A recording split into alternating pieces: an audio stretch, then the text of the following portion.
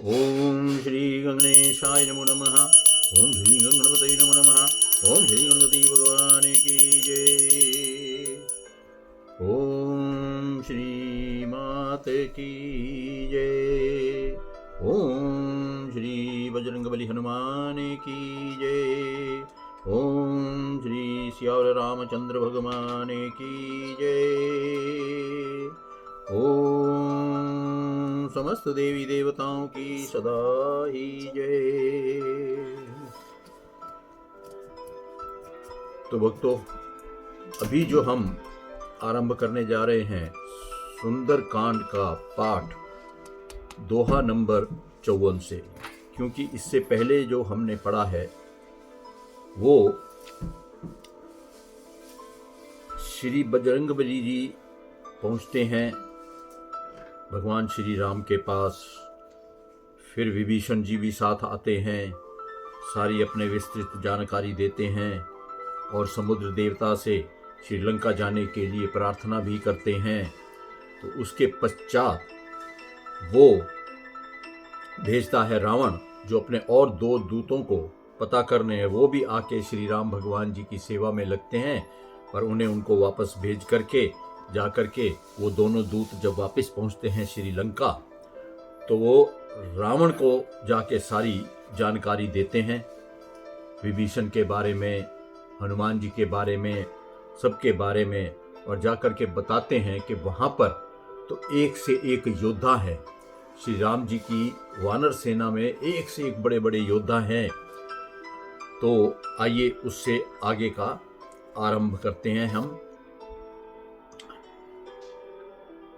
द्विविध मयंद नील नल अंगद गद बिकटासी दधिमुख केहरी निसठ सठ जामवंत बलरासी सियावर राम जय जय राम मेरे प्रभु राम जय हनुमान।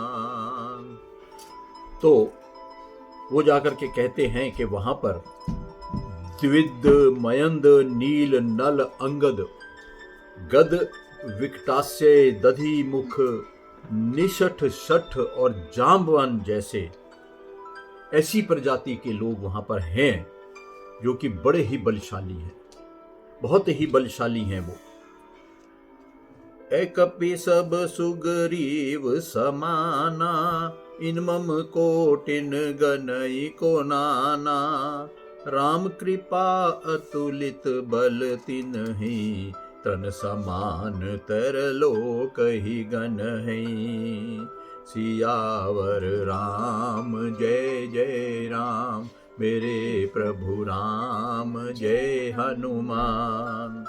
तो जाकर के बताते हैं कि ये सभी वानर जो हैं शक्ति में सुग्रीव के समान हैं, और इनके समान कम लोग कोई नहीं है वहां पे, बल्कि इससे ज्यादा बलशाली भी हैं। इन्हें गिना नहीं जा सकता। महाराज, प्रभु राम की कृपा से उनमें असीमित शक्तियां भी हैं। वह अपनी शक्ति के आगे तीनों लोकों को तिनके के समान तुच्छ समझते हैं, महत्वहीन समझते हैं। वो कुछ भी नहीं समझते, यूं समझिए महाराज, इतने बलशाली हैं वो लोग। असमय सुना श्रवण 10 कंदर पदुम 18 जूथप बंदर नाथ कटक मह सो कपि नाही जो न तुम्हें जीते रन माही।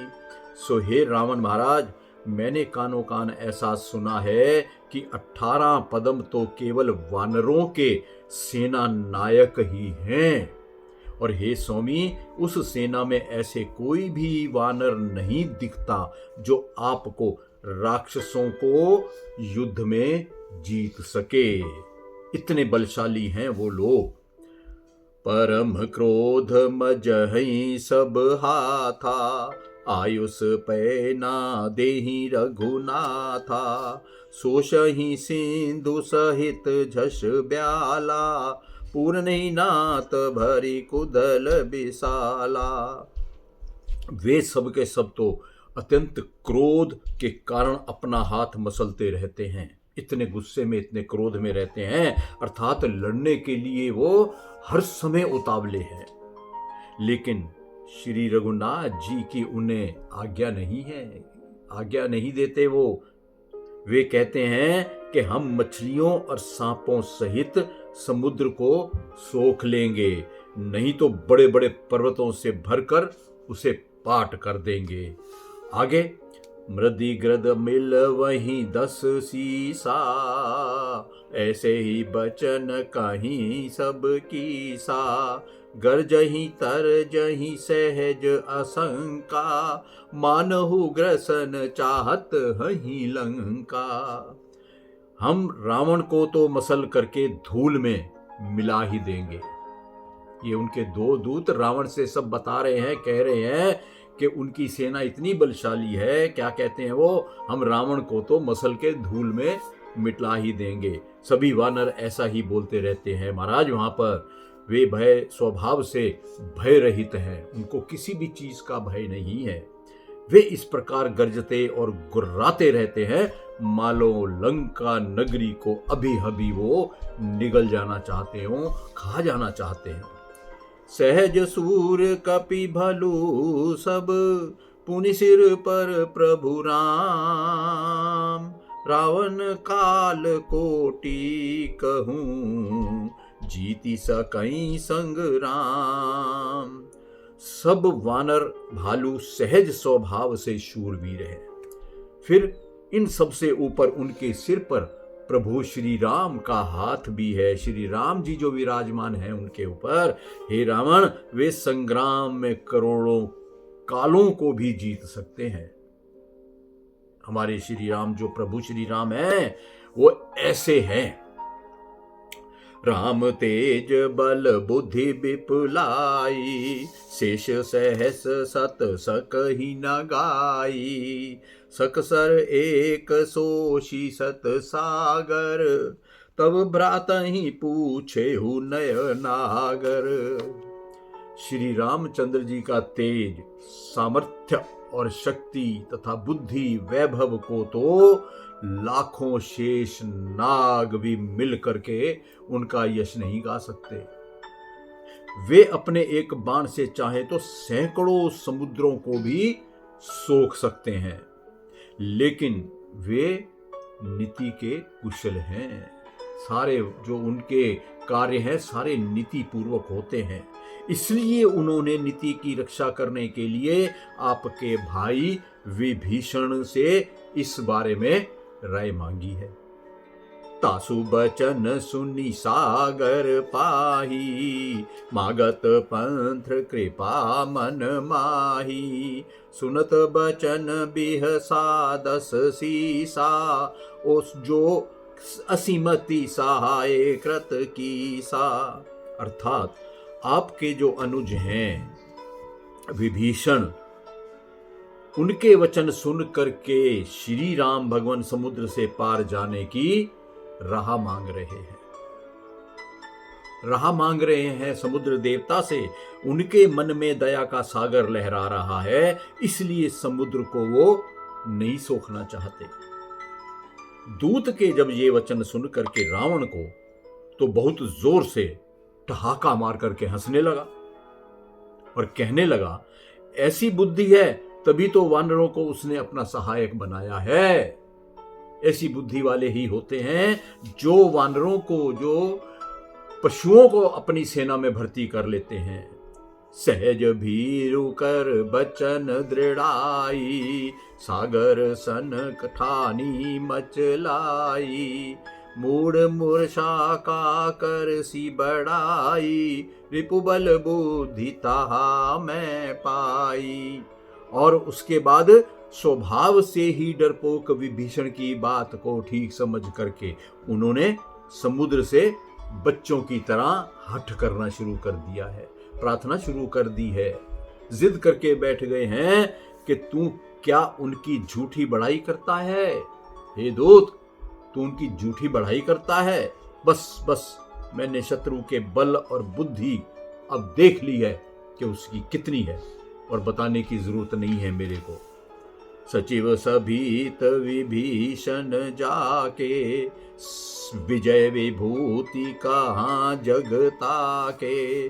सुनी खल बचन दूत रिस बारी, समय बेचारी पत्रिका काढ़ी। कहने लगे कि जिसके पास विभीषण जैसा डरपोक मंत्री या सलाहकार हो, उसे इस संसार में विजय और वैभव कहां से मिलेगा।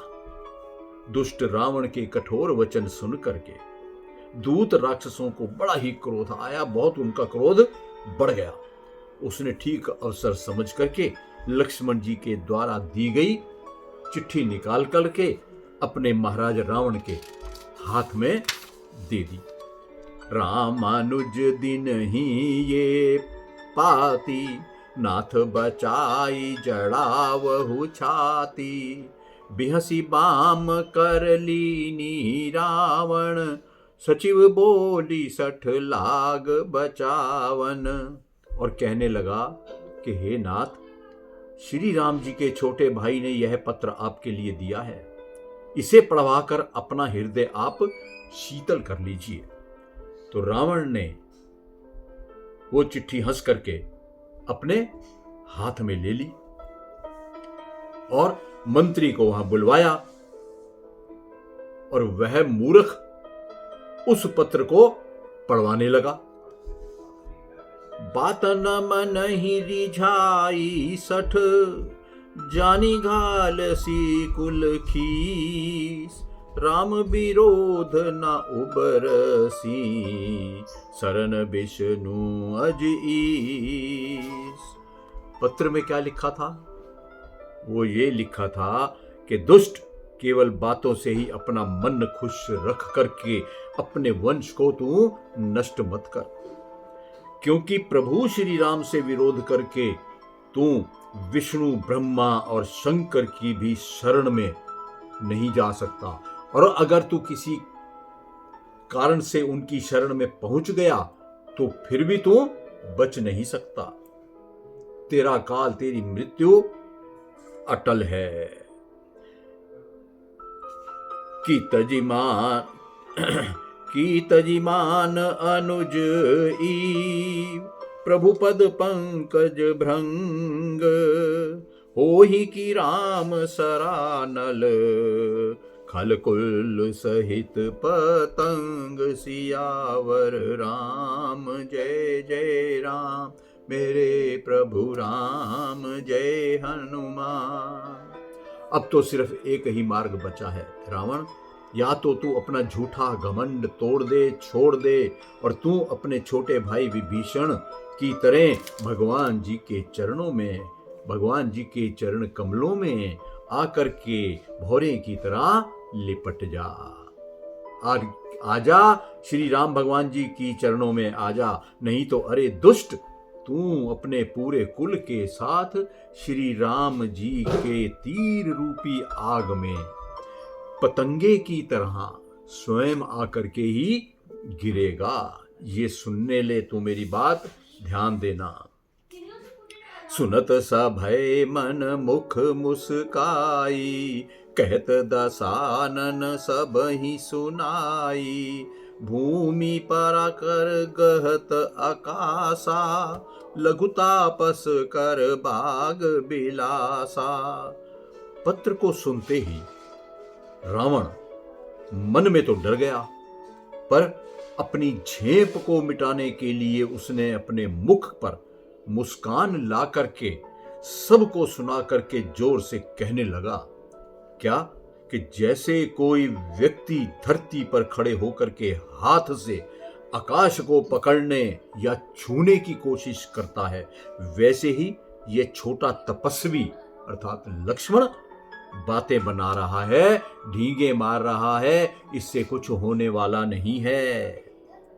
कह सुखनाथ सत्य सब बानी, समझो छाड़ी प्रकृति अभिमानी। सुनहु बचन मम परिहरि क्रोधा, नाथ राम सन तजहु विरोधा। अर्थात दूत शकु ने आगे कहना आरंभ किया कि हे नाथ, अपना घमंडी स्वभाव छोड़ दीजिए। घमंडी स्वभाव छोड़कर इस पत्र की बातों को आप गंभीरता पूर्वक लीजिए, उसे आप सच मानिए।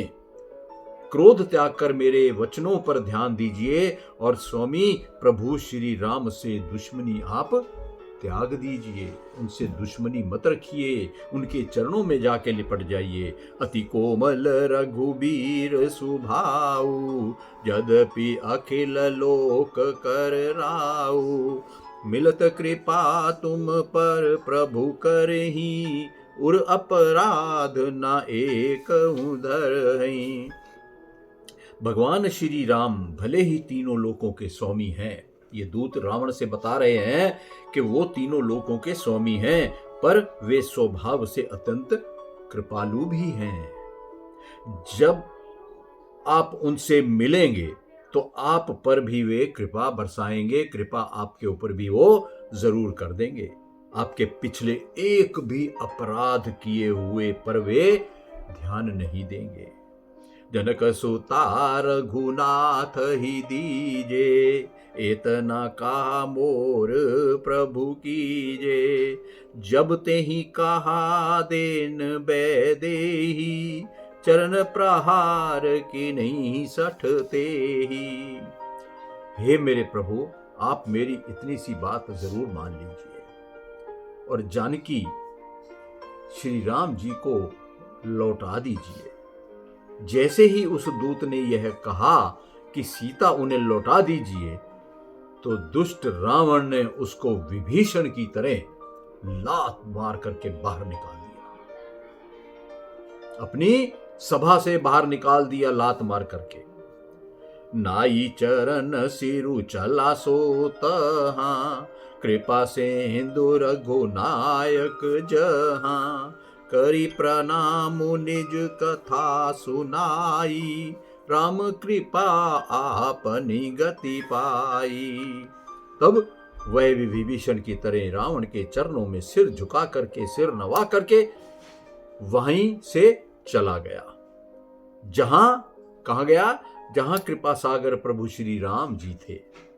श्री राम जी के पास जाकर के वह उन्हें प्रणाम करने लगा और उसने अपने पिछले जन्म और रावण से हुए वार्तालाप के बारे में प्रभु जी को सब कुछ वृत्तांत से सुना दिया, बता दिया। और वह भगवान की कृपा से अपनी गति को ऋषि का रूप धारण कर प्राप्त कर लिया। ऋषि अगस्त्य की साप भवानी, राक्षस भयु राहा मुनि ज्ञानी। बंदी राम पद बारही बारा, मुनि निज आश्रम कहूं पगुधारा।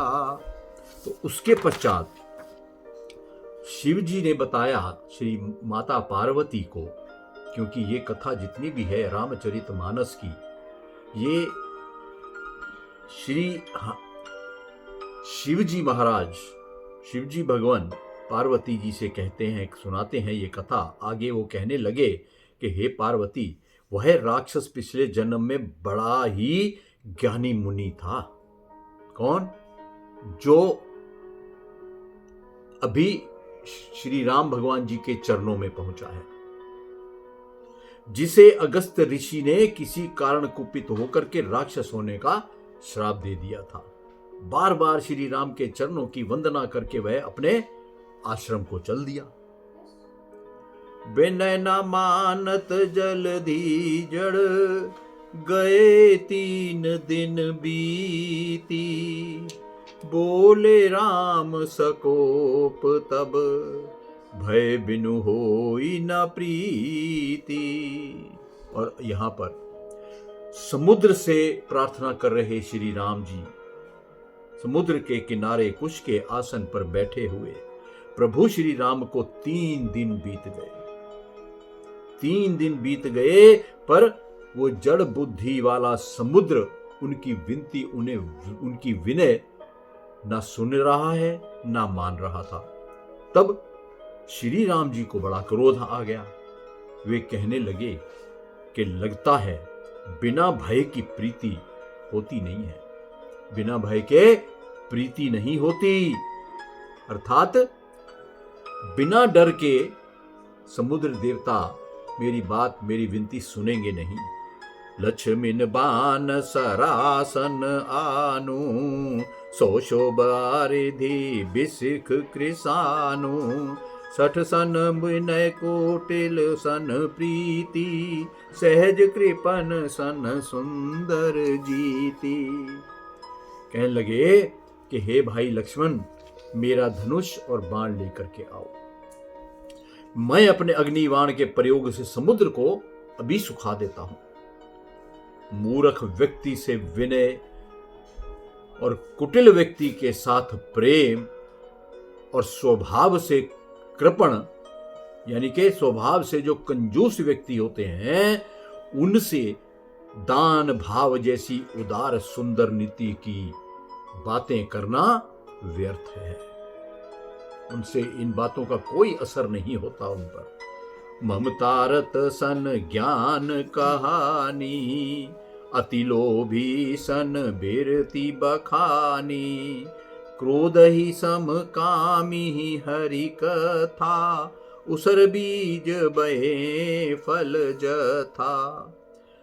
मोह ममता में जकड़े हुए मनुष्य से ज्ञान की बातें करना, अत्यंत लोभी व्यक्ति से वैराग्य की बातों का वर्णन करना, क्रोधी स्वभाव के व्यक्ति से शांति की बात करना और कामी व्यक्ति से भगवान की कथा कहने की बात करना, वही नतीजा निकलता है जो उत्सर में बीज बोने से सब निष्फल हो जाता है।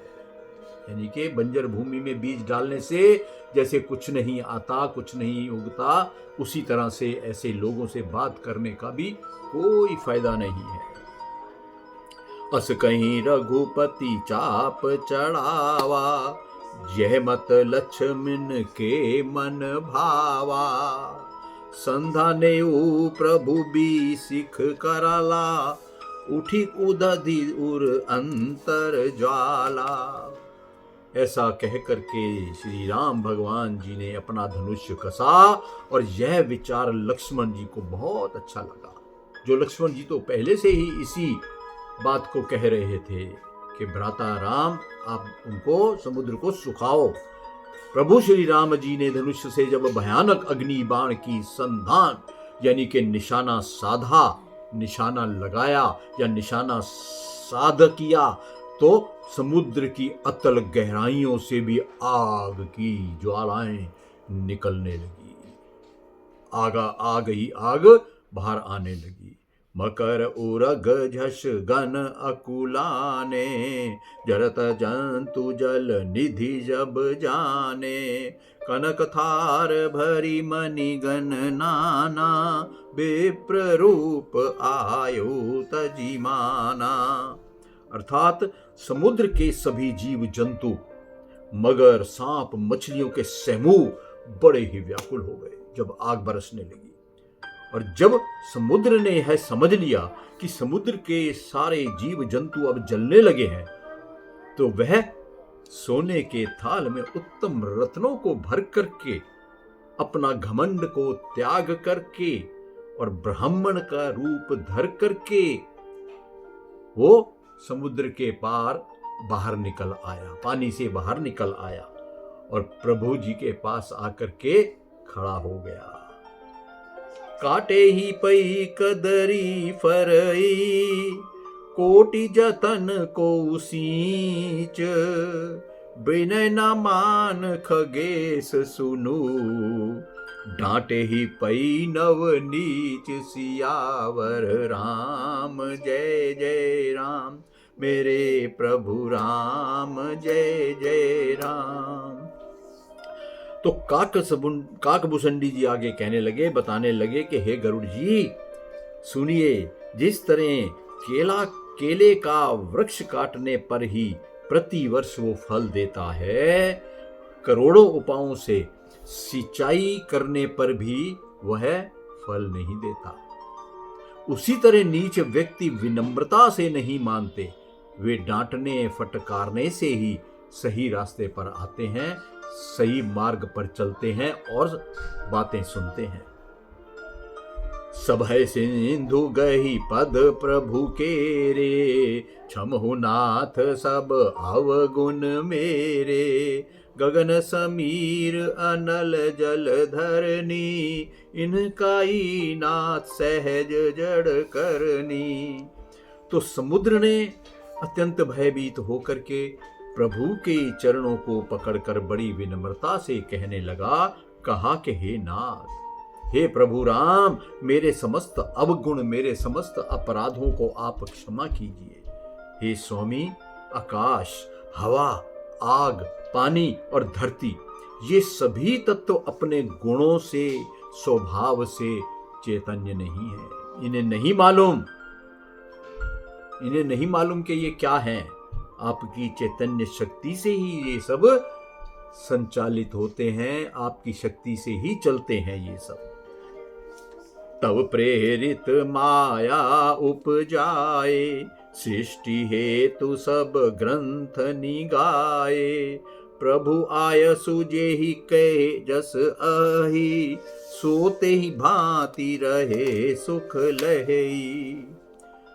ये जो सभी अपराध हैं, समुद्र देवता श्री राम जी के पास पहुंचे और कहने लगे कि ये सभी पदार्थ आपकी प्रेरणा से ही प्रकृति ने सृष्टि के लिए उत्पन्न किए हैं। ऐसे ही सभी श्रेष्ठ शास्त्रों में भी गाया है कि हे नाथ, आपका आदेश जिसके लिए जिस प्रकार आचरण करने का है, वह उसी में रह करके अपना सुख भोगता है, अनुभव करता है। प्रभु बल कीन मोहि सिख दीनी, मर्यादा पुनि तुमरी कीनी, ढोल गवार शूद्र पशु नारी, सकल ताड़ना के अधिकारी। हे प्रभु, आपने यह ठीक ही किया है जो मुझे अपनी मर्यादा में रहने की आपने सीख दी है, या यूं कहो आपने मुझे दंड दिया है। किंतु जीवों और पदार्थों का स्वभाव भी तो आप ही का बनाया हुआ है। आप ही ने जो बनाया है उसी पर तो हम चल रहे हैं, हम उसी के अनुसार पूरा व्यवहार भी करते हैं। ढोलक, मूर्ख, शूद्र और नीच आचरण वाले स्वभाव से पशु और स्वच्छंद आचरण वाली स्त्री, वह सभी उचित शिक्षा अनुशासन पाने के अधिकारी हैं। क्या है? पात्र भी हैं। प्रभु प्रताप में जाब सुखाई, उतरही कटकु नाम मोरी बड़ाई, प्रभु आज्ञा अपेल श्रुति गाई, करो सो बेगी जो तुम ही सोहाई। और अब मैं आपके प्रताप से सूख जाऊंगा और आपकी वानर भालू जो सेना है उस पर से वो पार उतर जाएगी। इसमें मेरी कोई बढ़ाई, मेरी कोई मर्यादा नहीं रहेगी। तो भी भगवान का आदेश अटल है और जो हमें मानना ही है, सुनना ही है, ऐसा वेद कहते हैं, ऐसा वेदों में लिखा है और गाते भी हैं। इसलिए आप जो अच्छा समझें आप आदेश करें, मैं वही करूंगा। सुनत विनीत बचन अति, कह कृपालु मुस्काई, जेहि विधि उतरे कपि, कटकु तात सो कहूं उपाई। अर्थात समुद्र देवता ने जो कहा, उनके अत्यंत विनम्र वचन सुनकर के श्री राम जी ने उनसे क्षमा मांग ली और क्षमा कर भी दिया समुद्र देवता को, और मुस्कुरा करके पूछे कि हे भाई, वानरों की सेना उस पार जा सके और कोई ऐसा उत्तम उपाय या ऐसा उत्तम सुझाव है तो आप हमें दीजिए। आगे, नाथ नील नल कपि दो भाई, लड़के ऋषि आशीष पाई, तिनके परस किए गिरि भारे, तरही ही जलधि प्रताप तुम्हारे। आगे वो कहने लगे, बताने लगे उपाय के ऊपर कि हे प्रभु जी, आपकी वानर सेना में जो नल और नील नाम के दो भाई हैं, अपने छोटेपन में, अपने बचपन में उन्होंने ऋषियों से आशीर्वाद प्राप्त कर लिया था, और वही आशीर्वाद उनके साथ है कि उनके छूने से और आपके प्रताप से बड़ी बड़ी से बड़ी विशाल शिलाएं व पहाड़ जो कुछ भी हैं समुद्र के ऊपर भी तैरने लग जाएंगे। नल और नील के हाथ लगाने से ही पहाड़ हो, भले पत्थर हो, भले शिलाएं हो, सब समुद्र के पानी के ऊपर तैरने लगेंगी। मैं पुनि उर धरी प्रभु प्रभुताई, करे हूँ बल अनुमान सहाई। एहि विधि नाथ पयोधि बंधाई, जेहि ये सुजसु लोकते हूँ गाई। सो मैं भी आपकी कृपा से आपके प्रताप को अपने मन में धारण करके अपनी क्षमता के अनुसार सहायता जरूर करूंगा। जो सहायता बन पड़ेगी, जो सहायता होगी, मैं जरूर करूंगा। इस प्रकार समुद्र पर ऐसा बांध आप बनवाएं जिससे तीनों लोकों में आपकी कीर्ति फैले, यानी कि पहाड़ पत्थर आप पानी में तैरवाएं। उसके पश्चात कहने लगे, एहि सर मम उत्तर तटवासी, हतहु नाथ खल नर अघिरासी। सुनि कृपाल सागर मन पीरा, तुरंत हरि राम रणधीरा। और इस बाण से मेरे उत्तरी तट पर रहने वाले पाप के राशि मनुष्यों का वध आप कर डालिए। कृपा करके हे निधान, कृपा के निधान आप श्री राम जी ने समुद्र के मन की पीड़ा को समझ करके उसे तुरंत ही हर लिया, अर्थात बाण से उन दुष्टों का अंत कर दिया। देखी राम बल पौरुष भारी, हर्षि पयो निधि भयो सुखारी। सकल चरित कही प्रभु ही सुनावा, चरण बंदी पथोधि सिधावा। श्री राम जी का ऐसा बल और पौरुष देख करके समुद्र देवता जो थे बड़े संतुष्ट हुए, उनको बड़ा संतुष्ट हुए और उनको बहुत अच्छा लगा, और उन दुष्टों का सारा चरित्र प्रभु जी के समक्ष प्रभु जी को कह सुनाया। फिर चरणों की वंदना करते हुए समुद्र अपने धाम को वापस चले गए। बोलो समुद्र देव की जय, बोलो श्री राम भगवान की जय।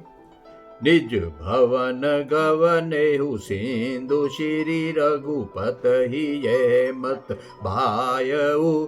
यह चरित कलिमल हर जथामति, दास तुलसी गायऊ। सुख भवन संशय समन दमन विषाद, रघुपति गुण गना तजी सकल आस भरोस गावही। सुनहि संतत सठ मना। अर्थात समुद्र तो अपने घर को, अपने धाम को वापस चले गए। उनकी सलाह पर श्री राम जी को बहुत ही भली लगी, बहुत अच्छी लगी उनकी सलाह, उनका उपाय। यह चरित्र जो कलियुग के समस्त पापों को नष्ट करने वाला है, श्री तुलसीदास जी ने इसे अपनी बुद्धि के अनुसार लिखा और गाया है। श्री राम जी के गुण समूह, सुख के धाम, संदेह शंकाओं का नाश करने वाले और विषाद का दमन करने वाले हैं। हे मूर्ख मन, अरे मूर्ख मन, तू इस संसार का सब आशा भरोसा सब त्याग करके, अभिमान को छोड़ करके निरंतर श्री राम जी के गुण गा और उनके ही गुण सुन। सकल सुमंगलदायक रघुनायक गुणगान, सादर सुनहि ते तरहि भव सिंधु बना जल जान। सियावर राम जय जय राम, मेरे प्रभु राम जय हनुमान। प्रभु श्री राम जी का गुणगान समस्त सुंदर मंगल भविष्य देने वाला है। उनके मंगल पावन पवित्र चरित्र को पढ़ करके सुन करके सभी भक्तों का भविष्य मंगलमय होने वाला है। और जो श्रद्धा पूर्वक इसे सुनेंगे और इसको सुनाएंगे, वे बिना किसी कठिन तपस्या के, बिना किसी तप साधना के ही इस भव से, संसार रूपी सागर को आसानी से पार कर जाएंगे। तो बोलो श्री रामचंद्र भगवान की जय, बोलो श्यावर रामचंद्र भगवान की जय, बोलो श्री बजरंगबली हनुमान की जय। तो भक्तों, इति श्री रामचरित मानसे सकल कलिक कलुष विंध्यवंसने पंचमः सोपानः सुंदरकांडः समाप्तः। श्री गोस्वामी तुलसीदास कृत श्रीमद् रामचरित मानस के कलि युग के समस्त पापों का नाश करने वाला 5वां सोपान सुंदरकांड समाप्त हुआ। बोलो श्यावर रामचंद्र भगवान की जय। तो भक्तों, सुंदरकांड आज यहीं समाप्त होता है। इसके आगे का जो कथा, जो अच्छे चरित्र, जो सत्संग और जो भी सुंदर कथाएं, रोचक कथाएं होंगी, आगे पाठ करेंगे। जो आपने बड़े ध्यान से सुना, आपके घर में सुख समृद्धि आए, मंगल बरसता रहे, श्री राम जी की कृपा बरसती रहे, श्री हनुमान जी की दया दृष्टि आती रहे। जय श्री राम, जय श्री राम, जय श्री राम।